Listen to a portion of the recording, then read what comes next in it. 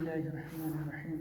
ফকি আবুল আইস রহমতুল্লাহ বলেন, এই ঘটনা হইতে জানা যায় যে আত্মীয়তা ছিন্ন করা এত কঠিন গুণা যে উহার কারণে এইরূপ ব্যক্তির নিকট যাহারা বসে তাহারাও আল্লাহ তাআলার রহমত হইতে বঞ্চিত হইয়া যায়।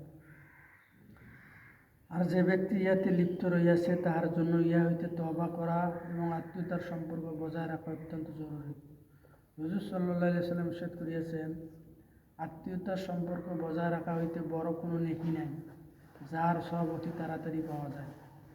আত্মীয়তার সম্পর্ক ছিন্ন করা ও জুলুম করা হইতে বড় কোনো গুনাহ নাই, যার শাস্তি আখিরাতে ছাড়া দুনিয়াতেও পাইতে হয়। বিভিন্ন রাওয়াতে ইহা বর্ণিত হইয়াছে যে আত্মীয়তার সম্পর্ক ছিন্ন করার শাস্তি আখিরাত ছাড়া দুনিয়াতেও ভোগ করিতে হয়। আর আখিরাতে খারাপ পরিণতি হওয়ার বিষয় তো স্বয়ং এই আয়াতে বর্ণিত হইয়াছে। ফকি আবুল আইস রহমতুল্লাহ আলাইহি একটি আশ্চর্য ঘটনা লিখিয়াছেন।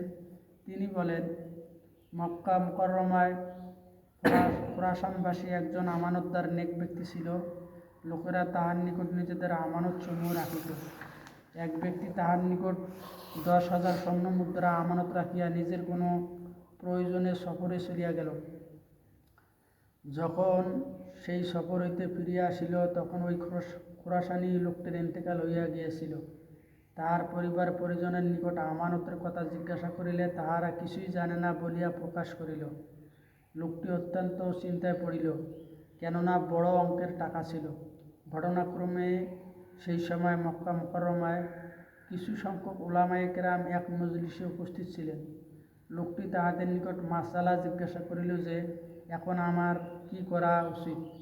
তাহারা বলিলেন, তিনি তো বড় সৎলোক ছিলেন, আমাদের ধারণায় তিনি জান্নাতি মানুষ ছিলেন। তুমি এক কাজ করো, অর্ধরাত্রে অথবা রাত্রের 2/3 অংশ কাটিয়া যাওয়ার পর তুমি জমজম কূপের নিকট যাইয়া তাহার নাম ধরিয়া ডাকিয়া তাহাকে জিজ্ঞাসা করো। লোকটি 3 দিন পর্যন্ত এইরূপ করিল, সেখান হইতে কোনো উত্তর আসিল না। লোকটি পুনরায় উলামায়ে কেরামের নিকট বিষয়টি জানাইল। ইহা শুনিয়া তাহারা ইন্না লিল্লাহ পড়িলেন এবং বলিলেন, আমাদের তো আশঙ্কা হইতেছে হয়তো সে জান্নাতি নয়।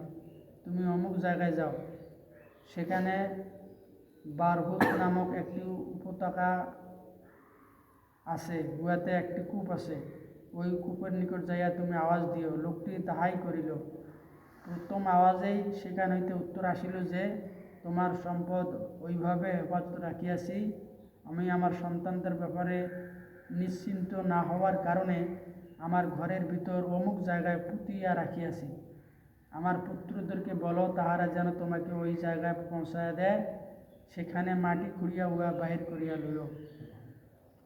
সুতরাং সে এইরূপ করিল এবং সম্পদ পাইয়া গেল। লোকটি অত্যন্ত বিস্ময়ের সহিত খোরাসানিকে কূপের নিকট ইহাও জিজ্ঞাসা করিল যে, তুমি তো নেক লোক ছিলে, এখানে কিভাবে পৌঁছিল? কূপের ভিতর হইতে আওয়াজ আসিল, খোরাসানে আমার কিছু আত্মীয় স্বজন ছিল, আমি তাহাদের সহিত সম্পর্ক ছিন্ন করিয়া রাখিয়াছিলাম এবং সেই অবস্থায় আমার মৃত্যু হইয়া গিয়াছে। উহার শাস্তিস্বরূপ আমি এখানে বন্দী হইয়া রহিয়াছি। হযরত আলী রাদিয়াল্লাহু তাআলা আনহু হইতে বর্ণনা করা হইয়াছে, সমস্ত উপত্যকার মধ্যে সর্বশ্রেষ্ঠ উপত্যকা হইল মক্কা মুকাররমার উপত্যকা এবং হিন্দুস্তানের ওই উপত্যকা যেখানে হযরত আদম আলাইহিস সালাম জান্নাত হইতে অবতরণ করিয়াছিলেন, সেইখানে ওই সমস্ত খুশবু অধিক পরিমাণে রহিয়াছে যাহারা লোকেরা ব্যবহার করে। আর সর্বনিকৃষ্ট উপত্যকা হইল আহকাব ও হাজরামাউত উপত্যকা, যাহাকে বারহুত উপত্যকা বলে। আর দুনিয়াতে সর্বশ্রেষ্ঠ কূপ হইল জমজমের কূপ, আর সর্বনিকৃষ্ট কূপ হইল বারহুতের কূপ, যেখানে কাফেরদের রূহ সমবেত হয়।